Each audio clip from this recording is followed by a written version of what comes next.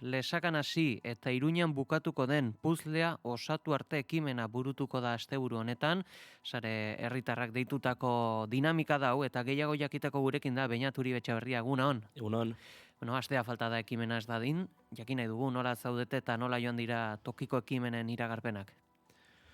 Bai, oraintxe aipatu duzuna, tokiko egitarauen edo ekitaldien iragarpenak emanak dira asko, oraindik ez denak, baina datozen egunetan jakingo ditugu azkenengoen berri, eta gu azken momentuko prestaketa lanetan, eta burua ja da erabat jarriak maiatzaren 17-18 datozen larumat eta igandetan.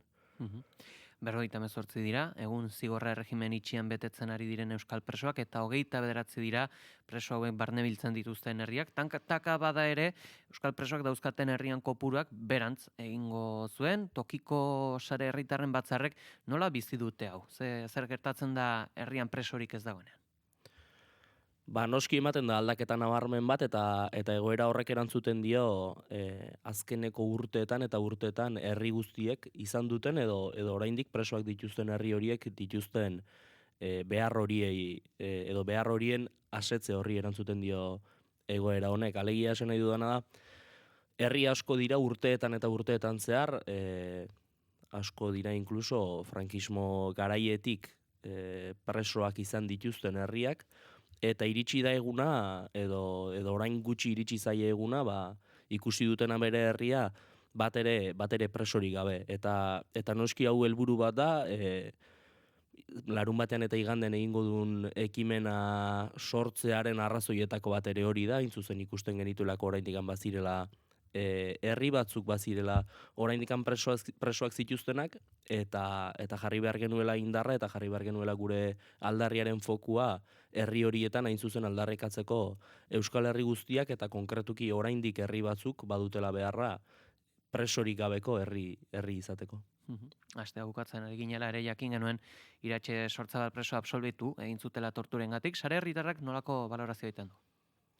Balorazia noski dela ona guk aipatzen dugu beti biktimek behar dutela izan aitortuak eta errekonozituak. Kasu honetan, torturaren biktima den Iratxe bera ere errekonozitua izan dadin aldarrikatu dugu azken urteotan, eta maila instituzional batetik, oraindik behintzat iritsi espazaio ere aitortza hori, lehenengoz Audientzi Nazionalak aitortu du edo errekonozitu du, Guardia Zibilaren atxiloketa baten baitan torturatua izan dela euskal preso bat. Maiatzak 17 eta 18 artean ekintza eta ekitaldian hitzak izango ditugu Euskal Herriko herri ezberdinetan, baina jakin nahi dugu, bertako ekitaldi hauetan nolako mezua nabarmenduko da? Nabarmenduko den mezua lehen aipatu dudanaren antzekoa izango da, ez? Behar hori markatu nahi dugu, behar hori erakutsi nahi dugu eta herrietara helburu horrekin goaz eta herriak ere helburu horrekin ari dira lanean, ez? Datorren urtean 15 urte beteko dira etak bere jarduera utzi zuenetik eta oraindik Euskal Herrian horrenbeste sufrimendu eta horrenbeste min eragin duen gatazka baten ondorioak bizitzen ari gara, eta ondorio guzti horien konponbidea da aldarrekatuko duguna herrietan, ez soilik euskal presoei dagokionez, baizik eta baita ere iheslari eta deportatuen auziaren amaierari dagokionez, eta noski gure mezuetan beti aipatzen dugun bezala, biolentzia ezberdinen biktimak aitortuak eta erreparatuak izan dadin aldarrekatuko dugu. Kontestu horretan konkretuki euskal presoen gaia landuko dugu, eta lehen aipatu duzun bezala 58 inguru dira oraindik erregimen itxian ari direnak betetzen beraien zigorrak, eta iritsi edo ekimen hau sortzearen arrazoietako bada ikusi genuela euskal presoen 100% betetzen dituela baldintzak, lege arrunta aplikatuko bazaio, beraien zigorrak erregimen irekian betetzeko, eta erregimen itxian betetzen ari diren preso horiei etzaiela ari besterik, baino beraien sufrimendua luzatzea. Baitzu zen, kontestu hori helduko diogu segituan, baina Etxarriaren zen puzlearen pieza maiatzak 18 jarriko dute, eta bertako sareko kidea da Mikel Mundiñano, egunon? Egunon bai.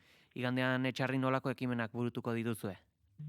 Ekimen xumea izango da, azken batean ere bai, duela aste pare bat ere bai, sakanako etxeraguna ospatu genulako, eta hor jarri genituelako nola baitere gure aldarrikapen eta indar guztiak ere bai, eta bueno, igandekoa ekimen xumen bat izango da, nun adieraziko dugun, behinak eta aipatzen ari den bezala, gure herriaren beharra, ez? Ze kontutan hartzen baldin badugu, eta datu batzuk botatzea uzten bai azue pixkat, gure herrian espetxe politikaren zama nolakoa izan den adierazteko oso esanguratsua da, ez? Gu esaten ari garena da, azkeneko 50 urtetan ez dugula ia presori gabeko hilabeterik ezagutu etxarrin. Hori adierazgarria da, baditugu gaur egun oraindikan ia 20 urte preso eman duten herritarrak, badira 20 urtetik gora daramatzatenak, espetxealdi luzeak izan dituztenak, 50 urtetan azken batean 35 herritarrek ezagutu dute kartzela, eta ez hori bakarrik, ez gogoratu baita ere, Peio Marinaderen Aimaz, 93an espetxe politika bidegabeak ere erailtzuela, ez? Guzti honek adierazten duena da gurea bezalako herri txiki batean zein nolakoa izan duen zama espetxe politika honek, gure herrian ezarri duen zama hori, ez? Eta gaur egungo egoera zein da? Gaur egungo egoera esan dezakegu hobea dela, baina oraindikan aipatzen ari garen bezala puzlea osatzeko badugu zeregina, ez? Momentu honetan lau euskal preso ditugu gure herrian, horietatik 2 erregimen irekian daude, 3. graduan, eta beraz, bat kontrol telematikoarekin ez duela espetxera itzuli behar, eta bestea 3. graduan, astelehenetik ostegunera espetxera lo eginez, eta gero baditugu salbuespenpean oraindikan erregimen itxian dauden beste bi herritar, ez? Batari oraindikan ez diotena batu nola baitere Frantzian betetako zigorra, eta horren zai dago, eta horrekin ere bai ikusten ari garena da, zein nolako moteltasunarekin ari den tramitatzen presoen eskubideetaz eta presoen nola baiteko Frantzian betetako urte guztia kontatzearen hori ez praktikara eramaterena, ez kontatzearena, hori hor daukagu, eta Unairen kasua ere bai hor daukagu, ez? 35 urte eramaten dituena preso, bere garaian trikimaio judizial baten bidez bere zigorra nola baitere luzatu arazi ziotena, eta oraindikan orain 35 urteren ondoren erregimen itxian dagoen euskal presoa da, ez? Horrek esan bezala adierazten digu, urratxe garrantzitsuak emanda gaudela hemen, baina oraindik orain badugula behar bat herri bezala, lehen aipatu duzuen bezala, preso bieslarri eta deportaturik gabeko herri baterantz joateko badugula oraindikan gure herrian zeregina. 50 urte hauetako ibilbidean ere, pentsatzen dugu presoekiko sustenguak, joerak ere izango zituela. Ez dakit, nolako izan da joera eta gaur egun gaztengana heltzen da afera, eta bereziki gatazka lehen lerroan bizi ez dutenei? Esan behar duguna da, gurea bezalako herri txiki bat, 2500 biztanleko herri txiki batean, zama hori azkenean oso ikusgarri bihurtzen dela, ez? Urterik urte eta urte guzti hauetan zama hori astebururo egiten ziren bizitetan, gertatu diren istripuetan, egon diren kontu guztietan, zama hori ikustaraztean hori erreza egin zaigu gurea bezalako herri txiki batean, ez? Eta horrek ere bai, bide eman dio, urte guzti hauetan gure herrian egon den asistentzi eta elkartasun mota bati eta beste batekoa, ez? Hortaz, esan nahi duana da, egia dela, momentu honetan, belaunaldi berriek ez dutena gatazka, guk ezagutu dugun modu gordinean ez dutenak ezagutu, egia da, igual, urrun ikusi dezaketela, baina gurea bezalako herri txiki batean, hain gertu tokatzen direnean, bizilaguna espetxean daukazula, edo bizilaguna iesean daukazula, edo bizilaguna atxilotu dutela, bazkenean hori herrian nahiko gai hori beti dago, ez hori txarrez. Eta, nik alde hon bat ere ikusten diot, eta azuk aipatu duzuna, ez?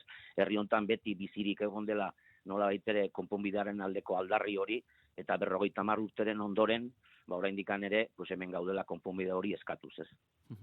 Guzti hauekin geltzen gera, Mikel Mundinano sareko kidea etxarrin. Eskerrik asko. Eskerrik asko zuei.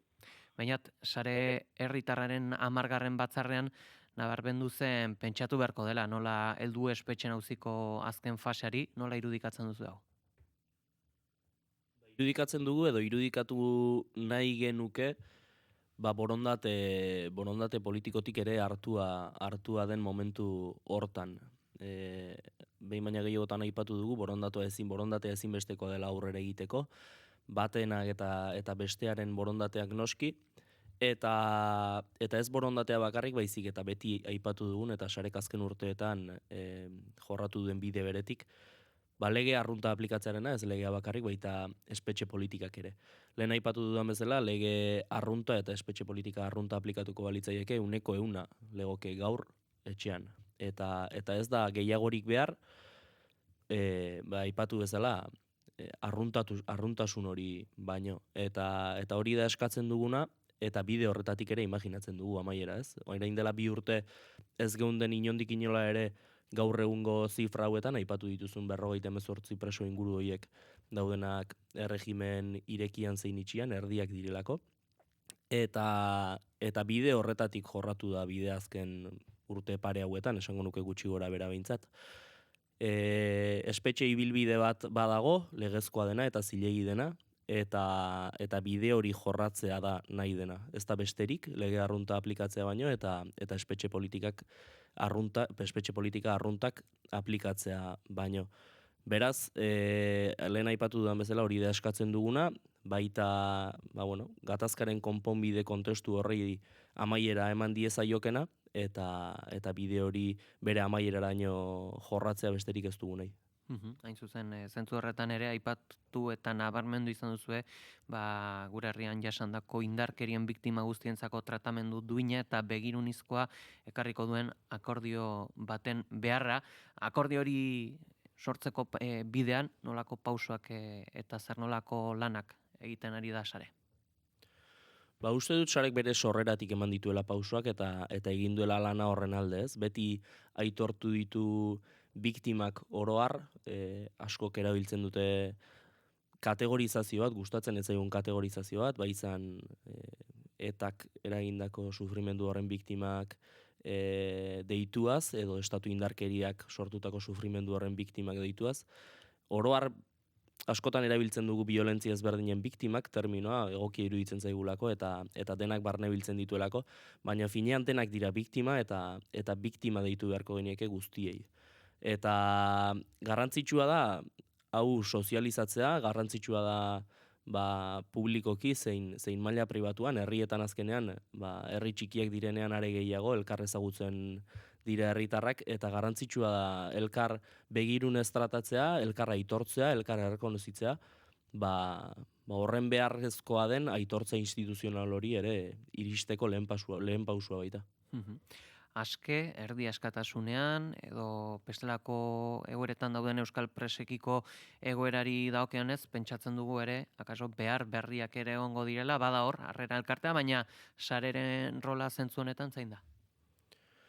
Sareren rola ez da akonpainamenduarena, edo ez da laguntza hori eskaintzarena, aipatu duzun bezala esango du ardura hori edo lan hori harrerarena da, baina bai noski behar berriak ari direla sortzen eta behar horiei erantzuteko lana ere beharrezkoa dela. Hemen ekarri nahi nuke aipatu dugun elkartea, harrera elkartea ekarri nahi nuke eta adierazi